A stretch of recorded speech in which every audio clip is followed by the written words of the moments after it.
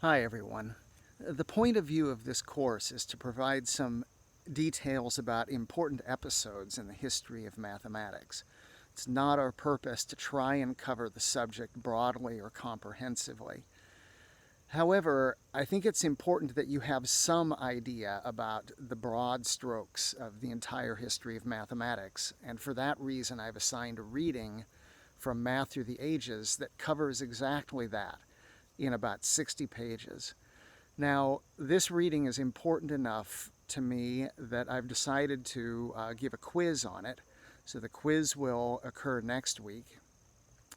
So you might be wondering what's going to be on this quiz and how will it be proctored. So the quiz is going to be multiple choice. It's about 30 questions long. It'll be on Canvas. And in order to prepare for the quiz, I recommend that you carefully read the section, the pages 5 through 62 in Math Through the Ages, and maybe you'll want to read it twice. However, I don't want you to stress about this in the sense that it's not my intention that you remember all sorts of obscure things about this reading or that you remember every single detail.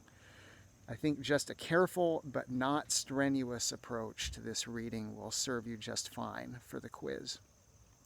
Now for the proctoring, this quiz and the other quizzes that we'll be having this semester will be proctored by Respondus.